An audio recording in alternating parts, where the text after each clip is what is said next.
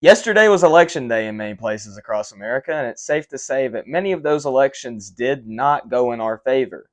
Whether it be Daniel Cameron losing in Kentucky, the House of Delegates and State Senate in Virginia being lost to the Democrats, or Proposition 1 winning in Ohio, many of the key races that Republicans were hoping we would win just did not go our way.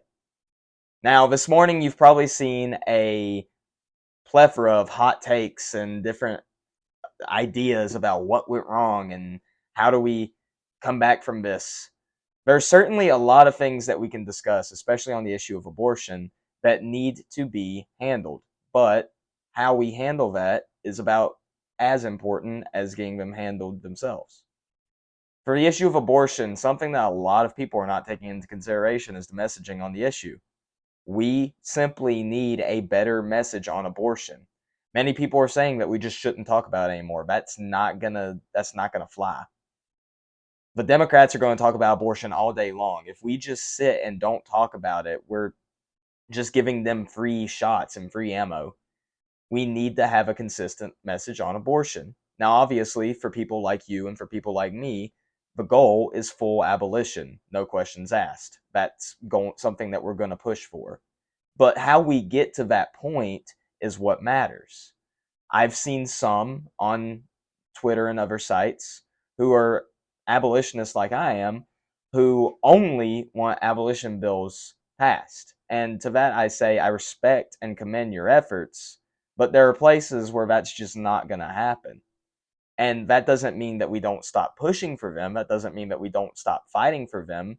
But politics is a game of compromise. And while we don't compromise our values, we have to realize sometimes we're not going to get everything we want when we want it.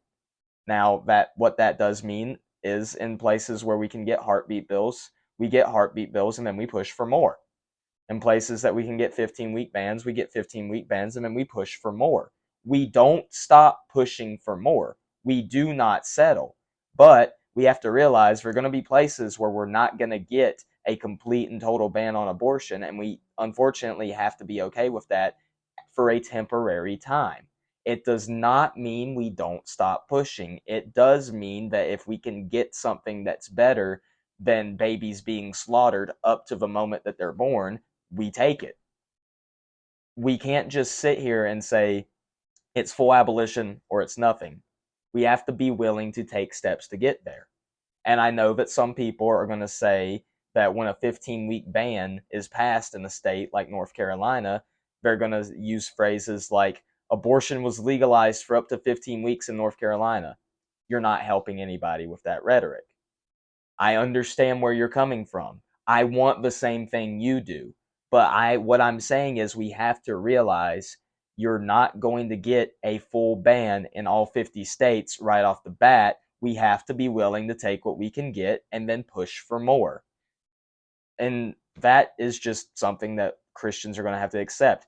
Speaking of Christians, we're not totally innocent on all this either.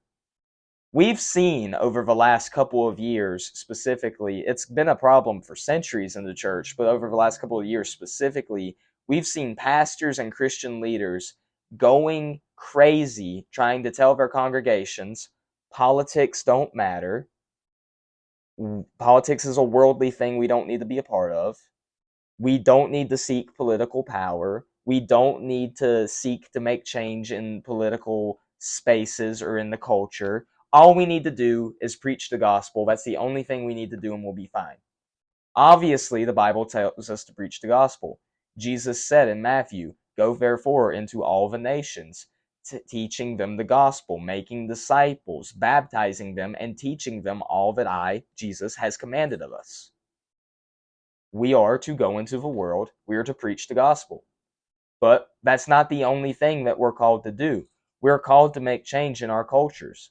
We are called to go out and to defend life. We're called to go out and to defend the innocent. We're called to go out and to do the things that need to be done to promote culture of life, to promote God in the culture, to promote godly values in the world. And that doesn't mean shrinking away from politics and treating it like it's some dirty thing that we shouldn't be involved in. No. Get involved in politics. It absolutely disgusts me that Brent Leverwood and the ERLC, the Ethics and Religious Liberty Commission of the Southern Baptist Convention, have been using their platform in the wake of the Covenant school shooting to push for gun control legislation, but did not say a single word about Proposition 1 in Ohio and abortion. Is this where my tithe money is going? For you to push a political agenda that I don't agree with and that the majority of your congregations don't agree with, and then when it comes to something that we can have a massive victory on, you stay silent? It's mind-boggling to me, really. It is mind-boggling to me that this is where we're at.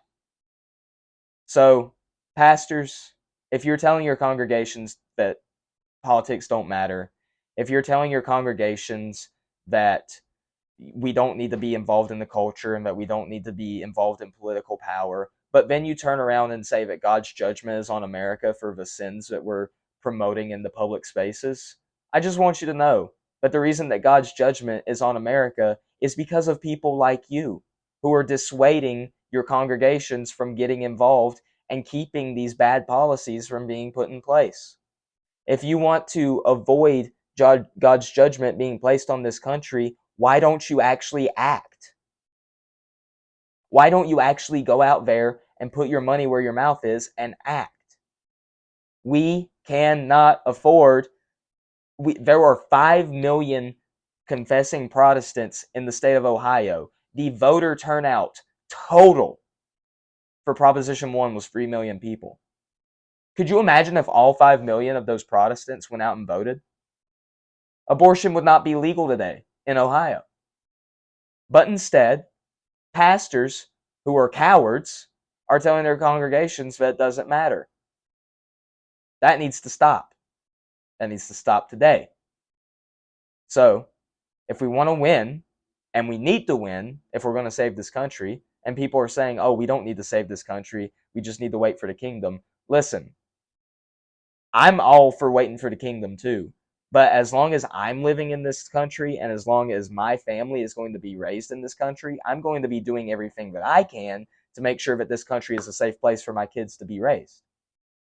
I don't want our nation to turn into a place like Somalia. I want it to be the United States of America and to be a free place where we can live prosperously and be able to be free. And that's not going to happen if we don't get politically involved. And so, as long as I have something to say about it, I will be telling you that pastors that just want to wait until we all get raptured up and not do anything in politics are cowards. It's a strong term, I know, but it's true. They are cowards and they have the blood of innocent unborn children on their hands. Think about that for a minute. Just think about that for a minute. So if we're going to win, we need you to stop being cowards, and we need to realize that we need to get a consistent message on abortion that's going to be able to change hearts and minds, and we are going to push for full abolition and take what we can get in the process of getting there. You don't build a city in a day. There are steps you need to take. After 50 years of abortion being the law of the land, you're not going to get full abolition right away. We have to take this one step at a time. It sucks. It's going to be a long process. It's going to be painful, but we have to do this one step at a time. And in places that we can get full abolition, we get full abolition. But in places that we can only get a 6-week ban, we get the 6-week ban and continue to push for full abolition. Thank you guys for watching. I hope that made sense. Y'all have a great day. God bless.